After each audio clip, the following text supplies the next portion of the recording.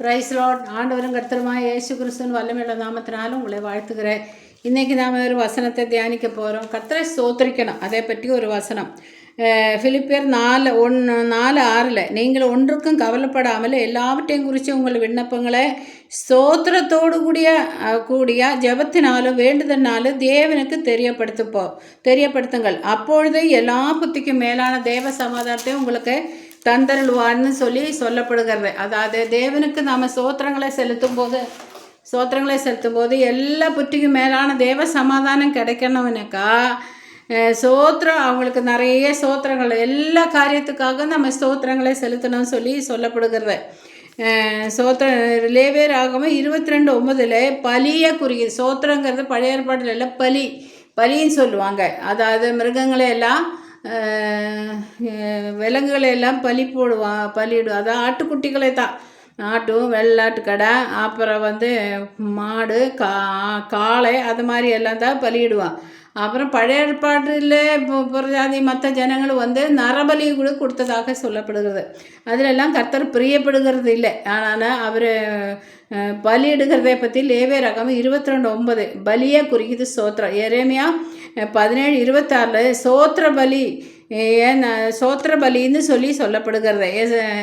சங்கீதம் 50:14 அப்படி தான் சொல்லப்படுகிறது. உன்னதமானவருக்கு நீ சோத்திர பலியிட்டு பொருத்தனைகளை செலுத்துன்னு சொல்லிட்டு, அதாவது உன்னதமான தேவனுக்கு நம்ம ஸ்தோத்திர பலி செலுத்தணும்.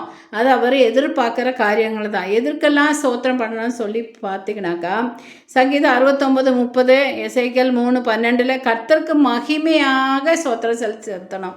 கர்த்தருக்கு மகிமை உண்டாக நம்ம கர்த்தருக்கு மகிமை செலுத்தணும். அதுதான் ஸ்தோத்திர பலி. கர்த்தருடைய பேர்களை சொல்லி, அவர் செய்த அற்புதங்களை சொல்லி, அவர் நம்ம வாழ்வில் செய்த அற்புதங்கள், அவர் வேதத்தில் சொல்லியிருக்கிற அற்புதங்கள், அவருடைய வார்த்தைகளை சொல்லி நாம் சோத்திர பலியிடணும், சோத்திரங்களை செலுத்தணும்.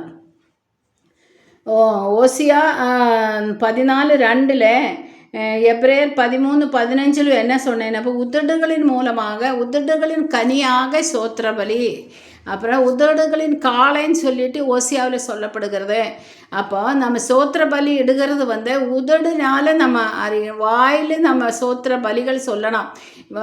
நம்ம நிறைய பார்க்குறோம் இல்லையா, இந்த 1000 சோத்திர பலி அப்படி நிறைய ஸ்தோத்திர பலிகளை செலுத்துகிறாங்க இல்லையா. அதே மாதிரி நம்ம ஆண்டவருக்கு அது பிரியம். அந்த சோத்திர பலிகள் தான் அவர் விருப்பப்படுகிறது. உதடுகளின் கனியாக சோத்திர பலி அது நம்ம செலுத்தணும். அது நம்ம செலுத்த வேண்டியதாக இருக்குது. அது எப்படியெல்லாம், அது எங்கேருந்து புறப்பட்டு வரணும்? அந்த சோத்திர பலி உதடுலேருந்து புறப்படுறதல்ல, ஹிருதயத்தின் ஆழத்திலேருந்து உதடு வழியாக வெளியே வரணும். ஹிருதயத்திலேருந்து அந்த சோத்திரம் வெளிப்பட்டு நம்ம சோத்திர பலி இடணும்னு சொல்லப்படுகிறது. அப்போ எவர்களுக்காக நம்ம சோத்திரம் எதுக்கெல்லாமாக சோத்திரம் பண்ணணும்? ஒரு நாள் பிறக்கும்போது புதிய நாளுக்காக சோத்திரம். நம்ம பிள்ளைகள் பேரெல்லாம் சொல்லி சோத்திரம். நல்ல ஆரோக்கியத்துக்காக, சுகத்துக்காக, பலத்துக்காக, தண்ணீருக்காக, காற்றுக்காக, வெயிலுக்காக, எல்லாருக்காக நீங்கள் சோத்திர பலி செலுத்தணும். அக்கம் பக்கம் இருக்கிறவங்களுக்காக, எல்லாத்துக்கும் மேலே வேதம் சொல்லுகிறத நம்ம அதிபதிகளுக்காக, ராஜாக்களுக்காக நீங்கள் சோத்திரம் செய்யணும். நம்ம தேசங்களுக்காக சோத்திரம் செய்யணும். அடுத்ததாக நம்மளை அழிவிலிருந்து விலக்கி காத்து கொண்ட தேவனுக்கு சோத்திரம் செய்யணும். கிருபைக்காக சோத்திரம் செய்யணும். ஜெயம் கொடுத்த தேவனுக்குன்னு சொல்லி சோத்திரம் பண்ணணும்.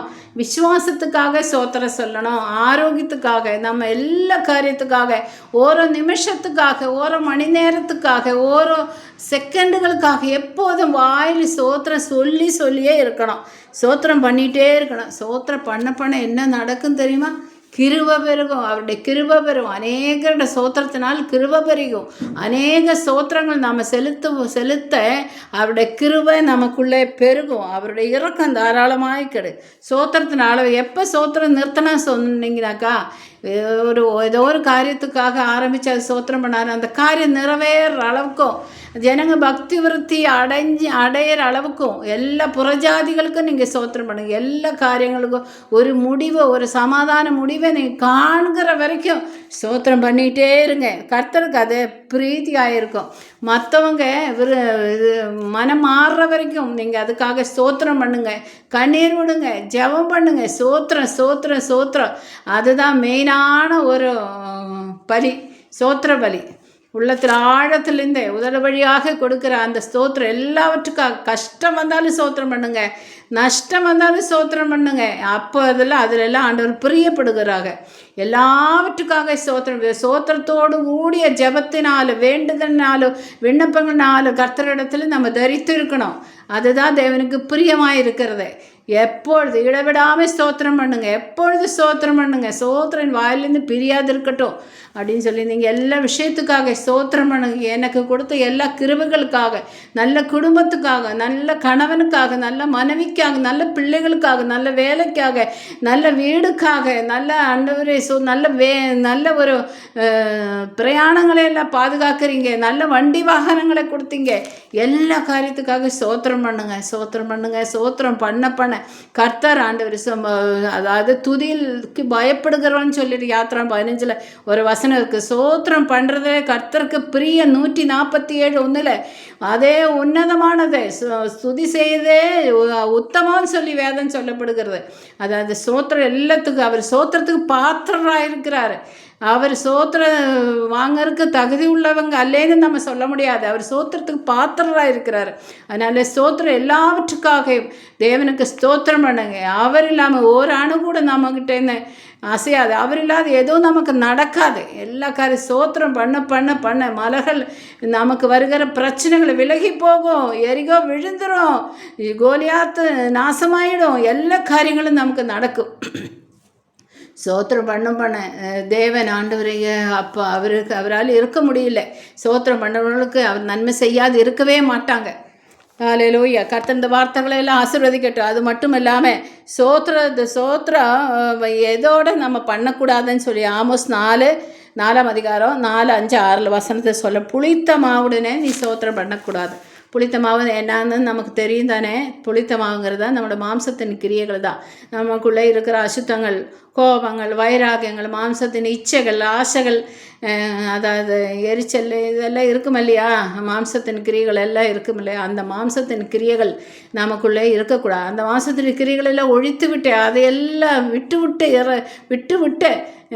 நம்ம இப்போ சுத்தமுள்ளவங்களாகி நம்ம சுத்த மனசாட்சியோடு நம்ம சோத்திரம் பண்ணும்போது கர்த்தர் நம்ம சோத்திரத்தை அங்கீகரித்து அவர் நம்மளோட விருப்பத்தை எல்லாம் நிறைவேற்றுவார்.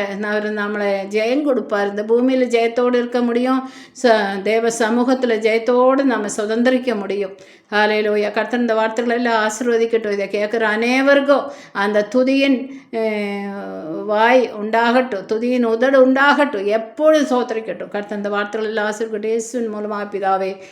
ஆமீன், ஆமீன், ஆமீன்.